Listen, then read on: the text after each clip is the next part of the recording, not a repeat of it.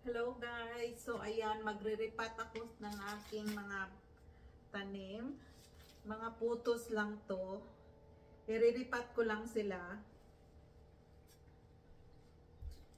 Magre-repat lang ako ng aking mga tanim guys. Dito mismo sa loob ng bahay kasi malamig na sa labas.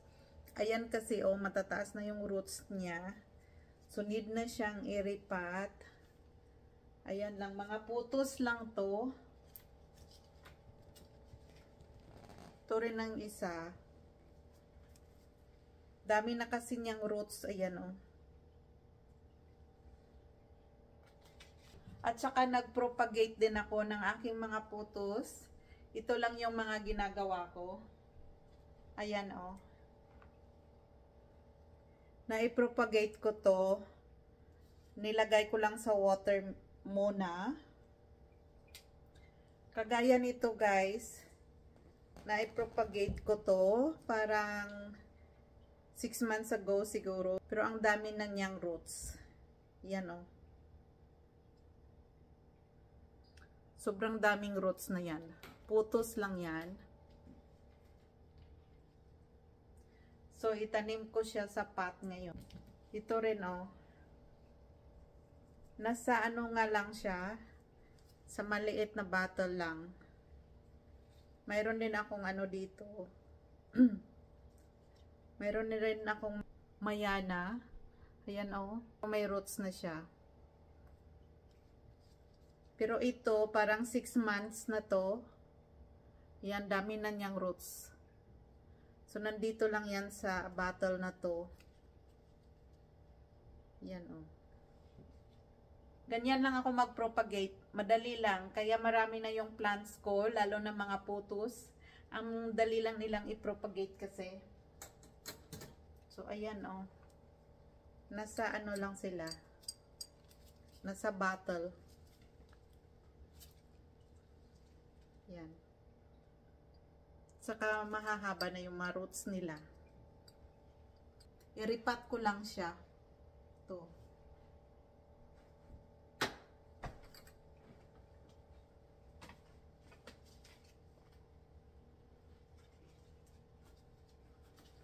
So, mayroon akong soil dito.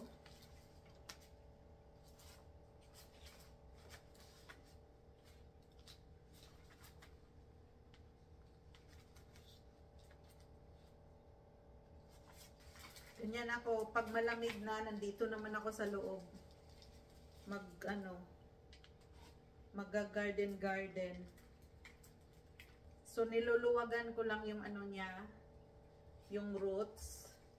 Bago ko i-repat sa malaking pot, niluwag-luwagan ko lang siya ng konti.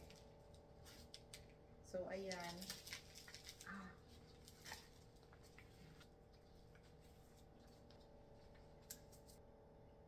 Para mayabong siya tingnan, mag-add pa ako ng isang putos.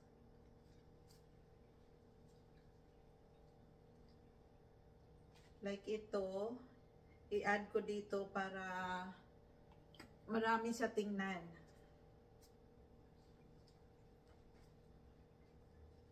So, ayan guys, oh. Niripat ko na siya. Tapos, nag-add pa ako ng stems dyan na may roots na para mayabong siya tingnan. Para malago siya tingnan. So, ayan na. Ayan na yung putos natin. Pero mix yan. Mayroong parang neon. So, ayan na siya. So, kung minsan sa isang pot, pwede ka magtanim ng 3 stems para para parang malago lang siya tingnan. Nakaripat na tayo. So, magripat pa ako ng isa. Nagre-ready ako dito kasi kung minsan pag nagripat ako at saka kailangan kong mag-add ng stems, dito na lang ako kukuha. Kasi mga buhay na to, may roots na.